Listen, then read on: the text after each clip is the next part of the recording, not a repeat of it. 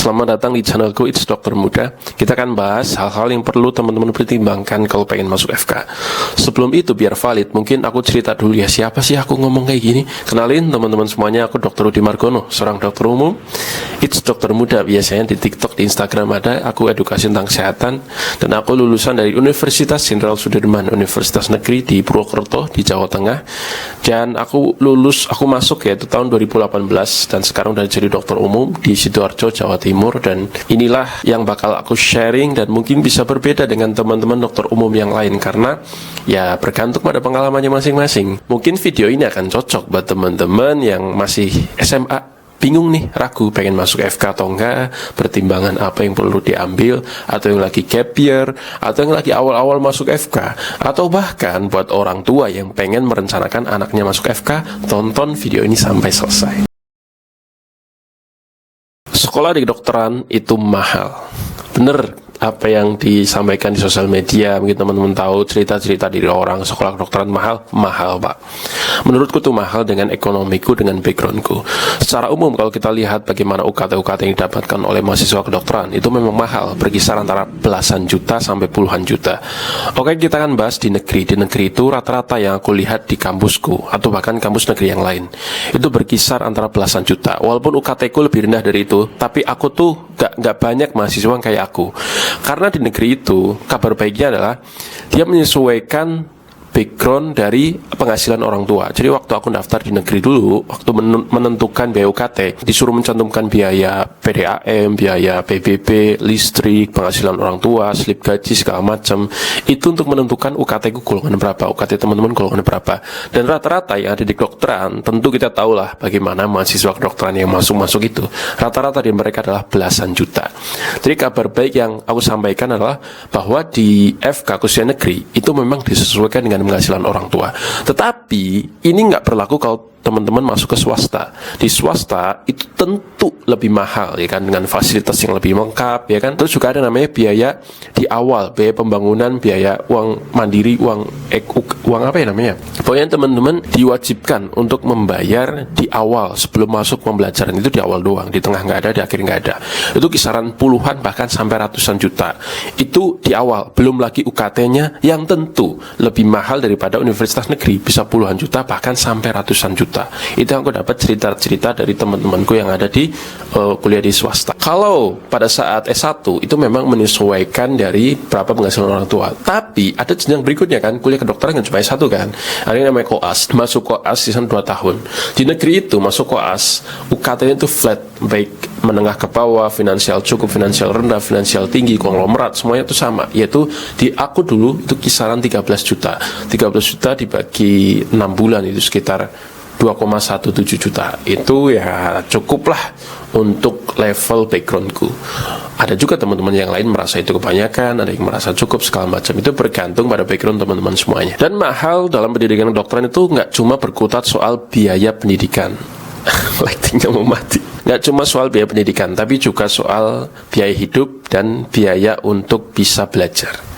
Karena di balik biaya pendidikan ada juga emang nggak makan, emang nggak ngekos, emang nggak beli ini itu. Di kedokteran itu teman-teman bisa mengeluarkan biaya untuk beli buku, beli alat-alat skills lab, beli jas, terus main bersama teman, belajar bareng, kelompokan, biaya iuran ini itu.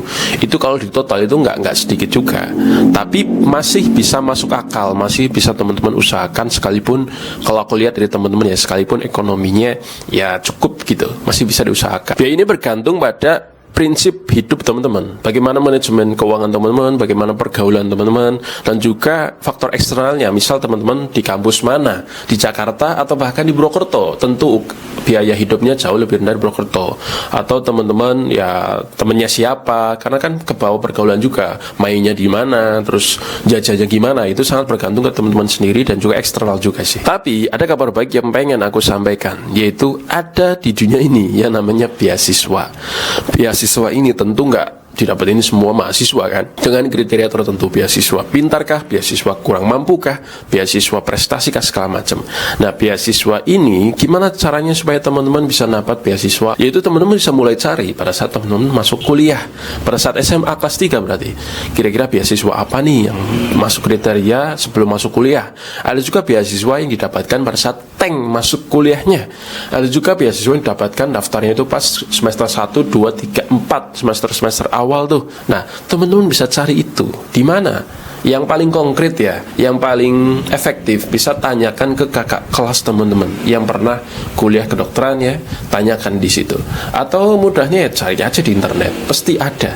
Silakan teman-teman riset sendiri, cari informasi sedetail mungkin dan persiapkan sejauh-jauh hari karena ada persyaratan-persyaratan tertentu yang harus teman-teman penuhi. Kuliah kedokteran itu lama, Pak. Sekolah kedokteran itu nggak sebentar. Kalau aku langsung rangkum, itu butuh sekitar 6,5 tahun untuk paling cepat menjadi seorang dokter. Aku jabarkan yang pertama S1. S1 itu adalah mendapatkan gelar S.Ket, sarjana kedokteran itu butuh sekitar 3,5 tahun, itu paling cepat. Ditambah koas, itu paling cepat 2 tahun. Ditambah intensif 1 tahun. Total berapa? Total adalah 6,5 tahun, itu paling cepat. Kalau nggak ada kendala finansial, kendala skripsi, kendala prestasi, kendala nilai, kendala apa segala macam yang membuat teman-teman berkendala. Dan lama di sini yang aku maksud adalah kuliah itu lama dibandingkan jurusan lain. Jurusan lain itu 3,5 tahun, 4 tahun udah selesai, dia bisa wisuda, dapat gelar sarjana, kemudian apply, ya kalau lancar bisa langsung diterima, dapat gaji. Kita 3,5 tahun baru S.Ket, belum koas, belum isip. Makanya pada saat kita koas, pada saat kita isip, itu seringkali melihat teman-teman kita kok udah sebar undangan aja, udah punya anak, mereka udah punya penghasilan, sementara kita masih belajar, masih menjadi beban orang tua. Ini perlu teman-teman pertimbangkan. Pada saat 6,5 tahun teman-teman sudah melihat orang lain sudah mencapai titik itu, teman-teman baru memulai kerja, baru mau dapat gajian gitu. Dok, ada yang bilang kalau intensif itu digaji. Iya, digajinya itu per bulan sekitar 3 juta kalau teman-teman isip di Pulau Jawa, itu rata flat, semuanya segitu. Kalau teman-teman sendiri itu cukup. Tapi kalau teman-teman udah ada beban yang lain, misal udah menikah atau ada seorang yang harus dibiayai, maka itu nggak cukup. Sehingga teman-teman 6,5 tahun, teman-teman akan menjadi beban orang tua. Pertimbangkan diri sendiri, maukah orang tua, maukah pasangan, mungkin maukah siapapun, ya pertimbangkan ini karena teman-teman tidak akan mendapatkan penghasilan selama bertahun-tahun itu. Gaji menjadi seorang dokter umum itu sebatas cukup. Aku pengen cerita real. Di Pulau Jawa, ya kalau aku lihat teman-temanku jaga sebulan itu sekitar 20-24 kali. Itu jaga IGD teman-teman. Kalau teman-teman IGD, lihat dokter umum, itu mereka. Terus itu digaji sekitar rata-rata ya, itu sekitar 6-7 atau 8 juta per bulan. Ya itu cukup dok, lumayan banyak ya. Iya sih. Cuman maksudku adalah dengan biaya pendidikan yang seperti itu, dengan prestige kedokteran yang seperti itu, mungkin juga teman-teman akan ada biaya beban keluarga, istri segala macam. Menurutku tidak sebanding dengan prestige dan pendidikan yang sudah teman-teman keluarkan. Dan juga memang ada SIP. Jadi SIP dokter umum itu ada 3. Teman-teman bisa tempatkan satu rumah sakit, yang kedua klinik, yang ketiga praktek mandiri atau klinik. Itu akan mendapatkan gaji dari masing-masing SIP. Cuman kalau kita menanamkan 2 atau 3 SIP itu membutuhkan waktu atau porsi waktu yang kita kuraskan. Mungkin jaga dalam sehari bisa sampai 2 shift sampai 3 shift, nggak bisa se-shift. Bayangin. Ya itu memang bergantung pada prinsip teman-teman, pada kebutuhan teman-teman, dan juga kondisi finansial teman-teman. Kalau memang menempatkan 3 SIP semuanya nanti dengan gaji yang akan didapatkan per bulan, mungkin ya pasti lebih dari 2 digit, 10 ke atas, karena tiga tempat. Sehingga pagi jaga, siang jaga, sore jaga, itu akan teman-teman akan membayar itu dengan waktu. Mungkin ini cocok buat teman-teman yang belum menikah, belum punya anak, belum punya tanggungan. Itu akan cocok karena waktu yang teman-teman dapatkan adalah untuk kalian sendiri, bukan untuk orang lain. Tapi kabar baiknya teman-teman semuanya, kalau kita lihat lebih luas lagi, lulusan menjadi dokter itu nggak cuma sebagai klinisi. Klinisi itu praktek di IGD, praktek di poli, ngobati pasien, nggak selalu begitu. Dokter umum juga bisa berperan sebagai, kayak misal contohnya dokter manajemen ya. Di rumah sakit itu ada ruangan manajemen yang ngurus BPJS, ngurus administrasi. Itu dia kalau tanggal merah libur tuh, nggak kayak dokter IGD yang ya selalu 24 jam harus buka kan IGD kan. Juga dokter profesi lain, misal kayak dokter konten kreator ya, contohnya dokter Tirta, dokter pebisnis, contohnya dokter Tirta, dokter artis, contohnya dokter Tirta juga. Cuman masalahnya jumlahnya itu sedikit. Perlu ada skill lebih yang perlu teman-teman tanamkan sejak muda. Dalam menjadi dokter umum, setelah itu pengen jadi spesialis, itu persaingannya sangat ketat. Just to know aja, mungkin teman-teman yang belum tahu, bahwa hampir semua dokter umum itu ingin menjadi spesialis. Kenapa? Karena alasan finansial. Bayangin teman-teman, gajinya itu bisa 3-10 kali lipat dokter umum. Cuman masalahnya tadi, harus ada persiapan yang begitu banyak.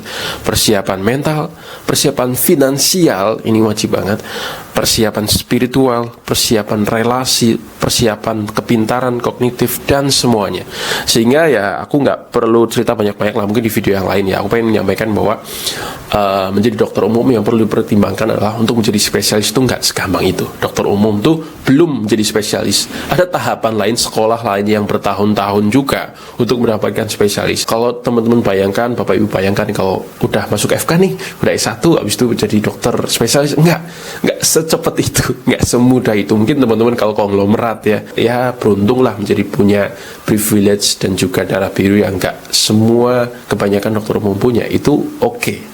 Itu silakan. Itu teman-teman sangat-sangat beruntung.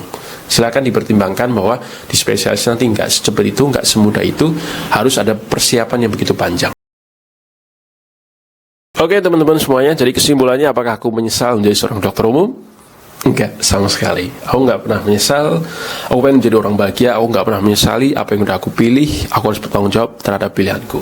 Jadi teman-teman silakan pertimbangkan semua hal tadi, 4 hal tadi. Pikirkan bersama orang tua, bersama keluarga, bersama teman, bersama pasangan, apakah kiranya mereka mau. Semoga bisa bermanfaat. Kalau ada pertanyaan silakan tulis di komen atau di IG ku, di TikTok ku. Sampai jumpa di konten berikutnya. Semoga bermanfaat. Siap.